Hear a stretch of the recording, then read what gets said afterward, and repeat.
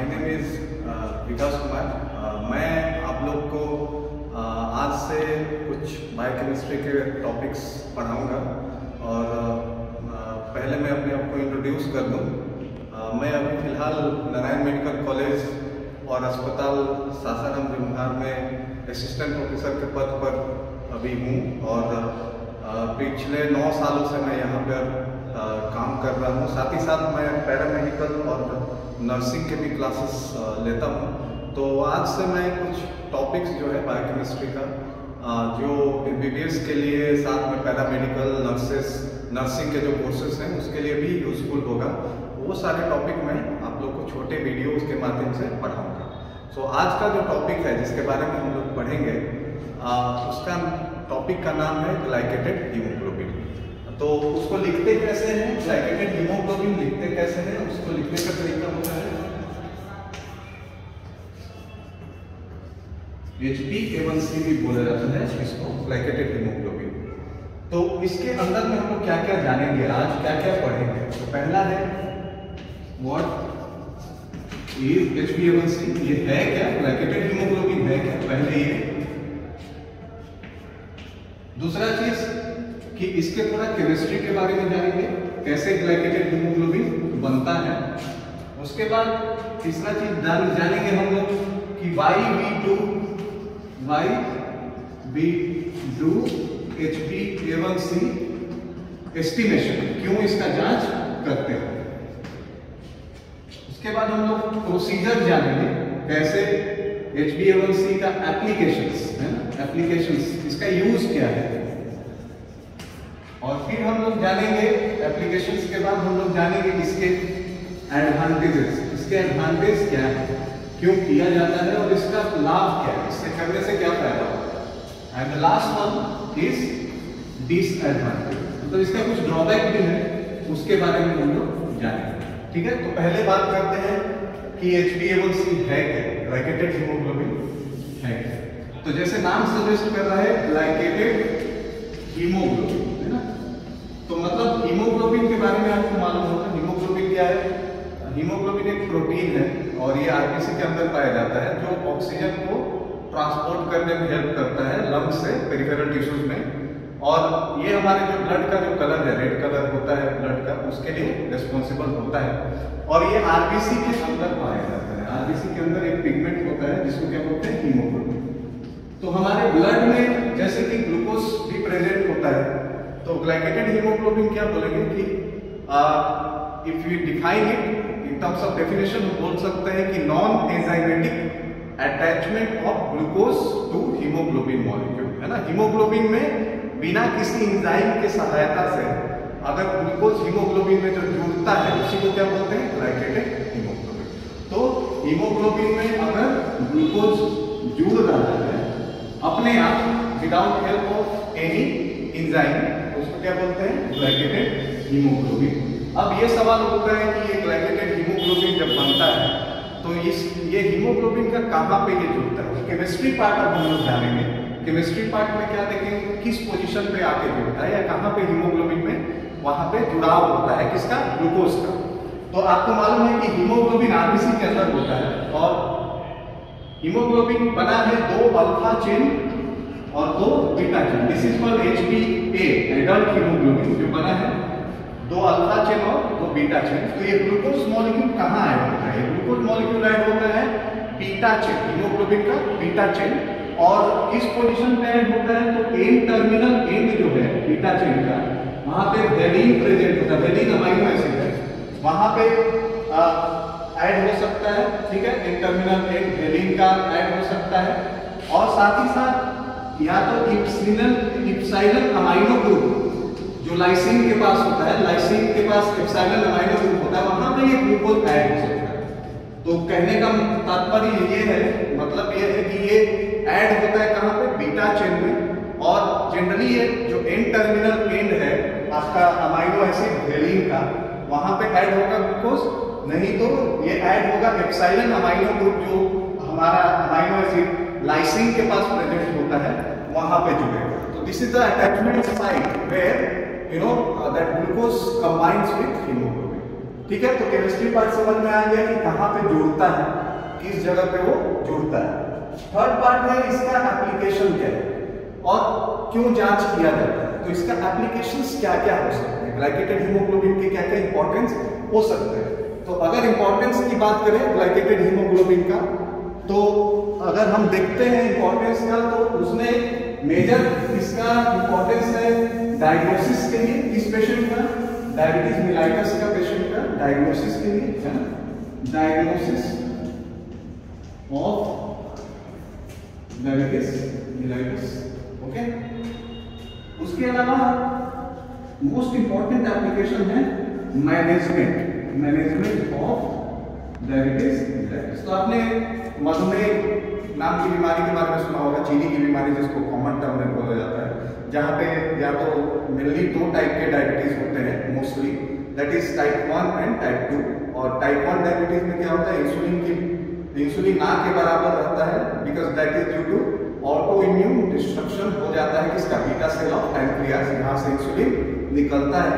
And the second one is type 2 diabetes, जिसमें insulin resistance develop कर जाता है और it could be due to beta cell dysfunction. तो ये मेन कारण होता है टाइप 1 और टाइप 2। तो उसमें मेजर इसका रोल है डायग्नोसिस में यूज होता है और साथ ही साथ मैनेजमेंट, है ना। और ये वाला जो मैनेजमेंट वाला पार्ट है उसमें HbA1c का बहुत इंपॉर्टेंट रोल होता है। ठीक है, तो याद रखिएगा कि जो नॉर्मल रेंज होता है ग्लाइकेटेड हीमोग्लोबिन का कितना होता है, लेस देन 5.5% नॉर्मल रेंज। अगर नॉर्मल वैल्यू की बात करें HbA1c का, तो इंडिविजुअल में इट इज लेस देन 5.5%। सो अगर डायबिटीज डायग्नोज करना तो इसमें 2 चीजें हो सकती हैं। एक तो प्री डायबिटिक हो सकता है, मतलब वो बंदा जिसको बीमारी ना हो डायबिटीज, लेकिन फ्यूचर में डायबिटीज डेवलप कर सकता है।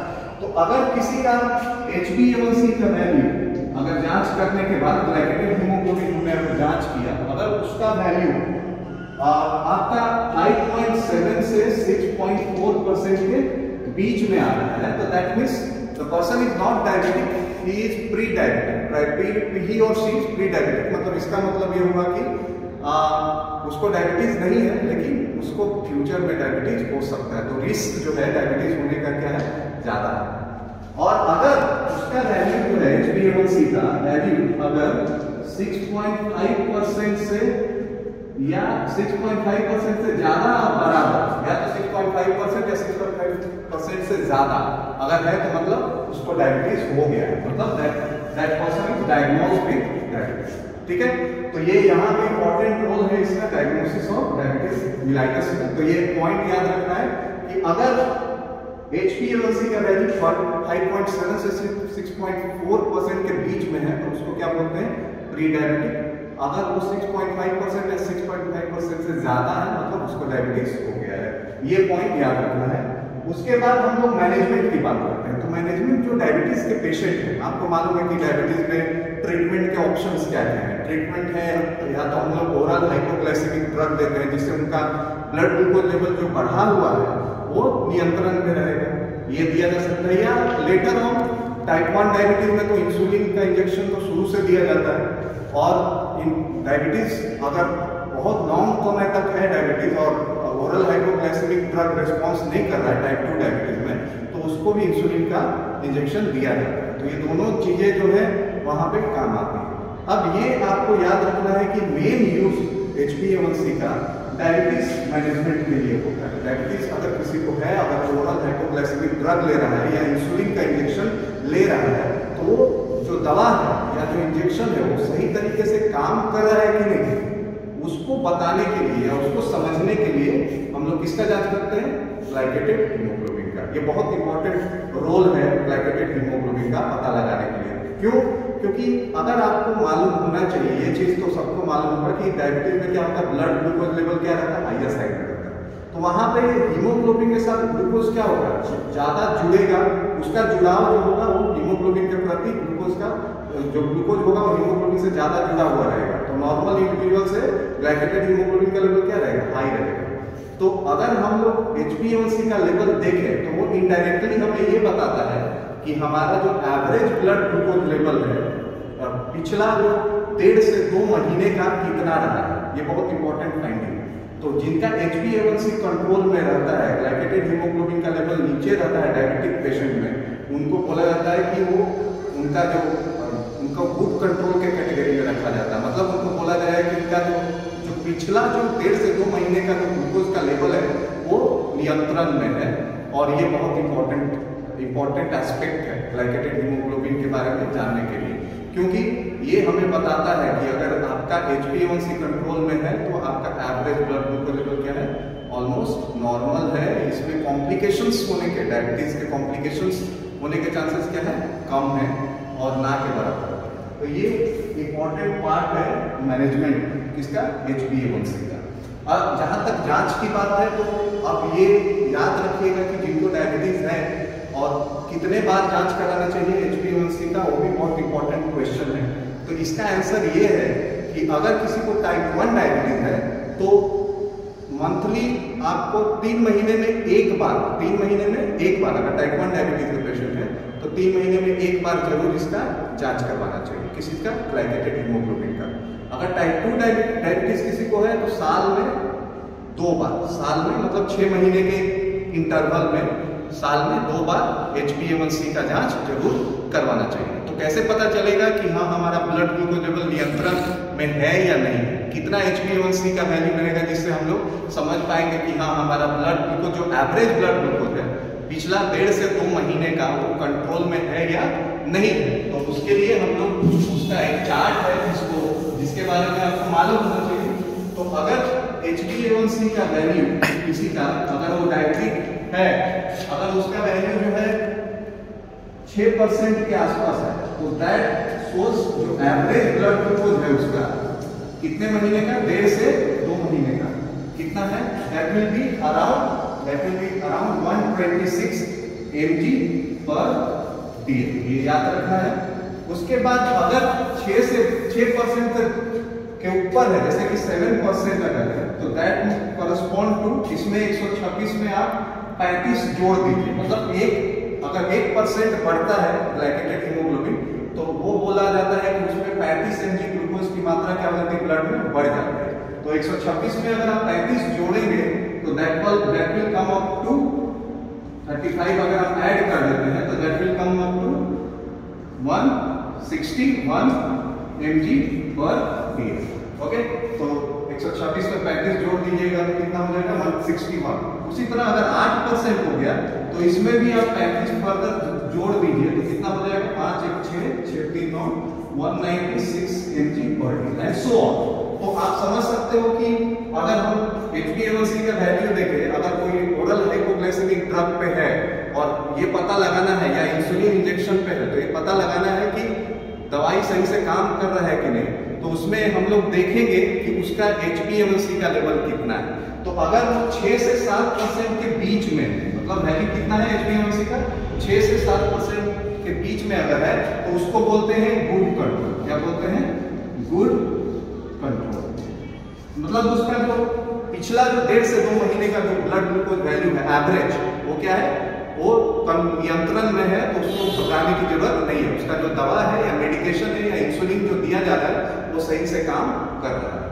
अगर वो वैल्यू 8%, 7 और 8 के बीच में, वैल्यू कितना है, 7 से 8% के बीच में, तो उसको बोलते हैं फेयर कंट्रोल। फेयर मतलब कि ना ज्यादा ना कम, मतलब इसमें तो चिंता की बात है लेकिन उतना ज्यादा चिंता करने की जरूरत नहीं है, लेकिन इसमें आपको डाइट के ऊपर, मेडिकेशन के ऊपर ध्यान देना पड़ेगा। वहां पे आपको क्लिनिशियन का सजेशन लेना पड़ेगा। अगर ये वैल्यू 8% से ज्यादा हो गया तो मतलब इसको क्या बोलते हैं, बैड कंट्रोल। बैड कंट्रोल का मतलब कि आपका ग्लूकोज जो है एवरेज ब्लड ग्लूकोज लेवल वो नियंत्रण में नहीं है, तो आपको सावधानी बरतनी पड़ेगी। आपको मेडिकेशन का जो डोज है या मेडिकेशन का जो कोर्स आप ले रहे हैं उसको चेंज करना पड़ सकता है। आपका जो गोल थेरेपी जो हम लोग रख रहे हैं ग्लाइकेटेड हीमोग्लोबिन के माध्यम से, उसमें चेंज करने की जरूरत पड़ सकती है। तो आपको इसमें सावधानी एकदम 100% आपको क्लिनिशियन से सजेशन लेना चाहिए, और वो आपका जो मेडिकेशन है जो चल रहा है, जो मेडिसिन आप ले रहे हो या इंसुलिन इंजेक्शन ले रहे हो, उसके डोज को एडजस्ट करेंगे और उसको जो HbA1c का जो वैल्यू जो बढ़ गया है, जो बैड कंट्रोल के कैटेगरी में चला गया, उसको नीचे की तरफ लाने की कोशिश करेंगे, है ना, उसको डिक्रीज करवाने की कोशिश करेंगे by giving you oral hypoglycaemic drug, उसको एडजस्टमेंट करके या इंसुलिन का इंजेक्शन जो दे रहे हैं उसको एडजस्ट करके डोज को आपके HbA1c को कंट्रोल में लाने की कोशिश करेंगे। तो ये बहुत इंपॉर्टेंट पॉइंट है। तो ideally the value of glycated haemoglobin for those diabetic patients who are under oral hypoglycemic drug or under insulin injection, they should have the value between 6 to 7%। तो उसको आइडियल बोलेंगे गुड कंट्रोल, अगर 7 से 8% है तो fair control होगा, अगर 8% से ज्यादा है तो बैड कंट्रोल, मतलब एवरेज ब्लड ग्लूकोज लेवल आपका बेहतर नहीं। अब हम लोग बात कर देते हैं नेक्स्ट पॉइंट की।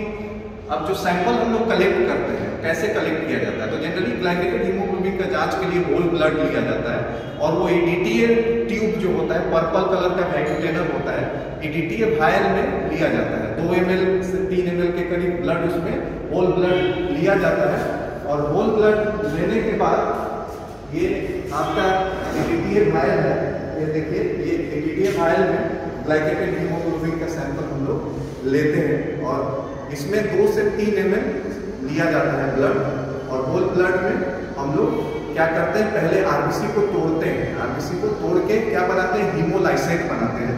हीमोलाइसेट बनाने के बाद, क्योंकि जब आरबीसी टूटेगा तो हीमोग्लोबिन वहां से बाहर निकल जाएगा, उसके बाद हम लोग ग्लाइकेटेड हीमोग्लोबिन का एस्टिमेशन करते हैं। अब जो नेक्स्ट पॉइंट है जो आपको एकदम याद रखना है कि इसका एडवांटेजेस क्या है, तो ये पहला एडवांटेज ये है ग्लाइकेटेड हीमोग्लोबिन एस्टिमेशन का कि इसमें कोई प्रिपरेशन की जरूरत नहीं है। आप रैंडम सैंपल दे सकते हो, any time of the day they सकते हो, इसमें फास्टिंग या पीपी का कोई कंडीशन नहीं है, तो कोई प्रायर प्रिपरेशन की जरूरत नहीं पड़ेगी। दूसरा, it will tell you average blood glucose level for last 1.5 to 2 months, मतलब 1.5 से 2 महीने का जो एवरेज आपका ब्लड ग्लूकोज है उसके बारे में बताएगा। इससे आपको क्या पता चलेगा कि आपका जो ट्रीटमेंट प्लान है डायबिटीज का, जो आप दवा ले रहे हो या जो आप इंजेक्शन ले रहे हो, वो सही इंसुलिन इंजेक्शन अगर कोई ले रहा है या दवा डायबिटीज के अगेंस्ट ओरल हाइपोग्लाइसेमिक ड्रग ले रहा है, वो सही से काम कर रहा है कि नहीं कर रहा है, ये भी बहुत इंपॉर्टेंट फाइंडिंग है।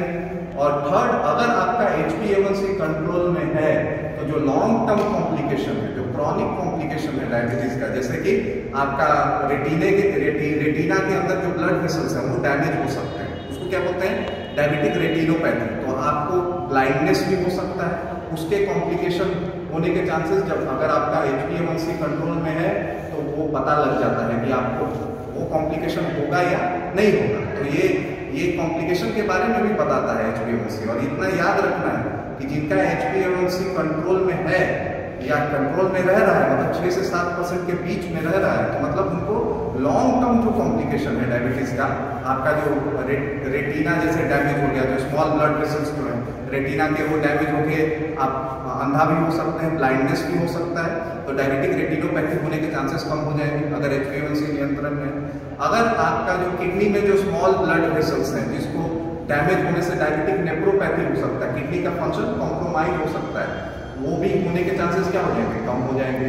आपका जो पेरिफेरल न्यूरोपैथी है, जो पेरिफेरल नर्व्स जो है वो डैमेज करा देता है, अगर आपका ब्लड ग्लूकोज लेवल हाई है तो उसमें डैमेज हो जाता है। तो अगर आपका HbA1c कंट्रोल में है तो डायबिटिक नेफ्रोपैथी होने के चांसेस क्या हो जाएंगे, कम हो जाएंगे। उसी तरह जो हमारे बड़े ब्लड वेसल्स हैं, जैसे कि कोरोनरी आर्टरी हो गया या सेरेब्रल आर्टरी हो गया, उसके डैमेज होने की वजह भी ब्लड ग्लूकोज है। तो जिनका HbA1c बहुत हाई साइड में रहता है, हायर साइड में रहता है, उनमें ये कोरोनरी आर्टरी डिजीज होने के भी चांसेस क्या है, ज्यादा है। तो और साथ ही साथ आपका सेरेब्रल आर्टरी के अंदर में भी क्लॉट बनने के चांसेस क्या है, ज्यादा होंगे, उसकी वजह से स्ट्रोक हो सकता है ना। तो ये सब अगर HbA1c कंट्रोल में है तो ये कोरोनरी आर्टरी डिजीज होने के चांसेस या स्ट्रोक होने के चांसेस क्या होंगे, कम हो जाएंगे। और वो चीजें जो है HbA1c की जांच के बाद ही पता चलेगी, है ना, ग्लाइकेटेड हीमोग्लोबिन की जांच के बाद ही पता चल पाएगा कि आपको क्रॉनिक कॉम्प्लिकेशन है डायबिटीज का वो होगा या नहीं होगा फ्यूचर में। तो ये सब एडवांटेजेस हैं। और ये याद रखिएगा कि HbA1c का लेवल रिसेंट फूड इंटेक से उस पर कोई फर्क नहीं पड़ता है HbA1c के लेवल पे, तो ये भी बहुत इंपॉर्टेंट प्लस पॉइंट है। डिसएडवांटेज की बात करें तो अगर कोई हिमोलाइटिक डिजीज है और उस वजह से हीमोलाइसिस होने की वजह से अगर आरबीसी का लाइफ स्पैन कम हो गया तो HbA1c आप मेजर करके आप ब्लड ग्लूकोज लेवल का जो कंट्रोल है, लॉन्ग टर्म कंट्रोल, उसके बारे में आप बता नहीं सकते। तो जिनको हीमोलाइटिक डिजीज है, कोई भी कारण हो हीमोलाइटिक डिजीज होने का, जहाँ पे आरबीसी का लाइफ स्पैन कम हो जाए, वहाँ पे HbA1c हम लोग एस्टिमेट नहीं कर सकते हैं, वहाँ पे वैल्यू सही नहीं आएगा, एक्सपेक्टेड से क्या होगा, कम आएगा, वहाँ पे एरर होने के चांसेस बढ़ जाते हैं। तो उन सब पेशेंट में HbA1c का जांच नहीं किया जा सकता जिनको हीमोलाइटिक डिजीज है, जिसकी वजह से हीमोग्लोबिन काउंट क्या हो गया, कम हो गया, तो उसमें हम लोग करेक्ट एस्टिमेशन ग्लाइकेटेड हीमोग्लोबिन का नहीं कर सकते।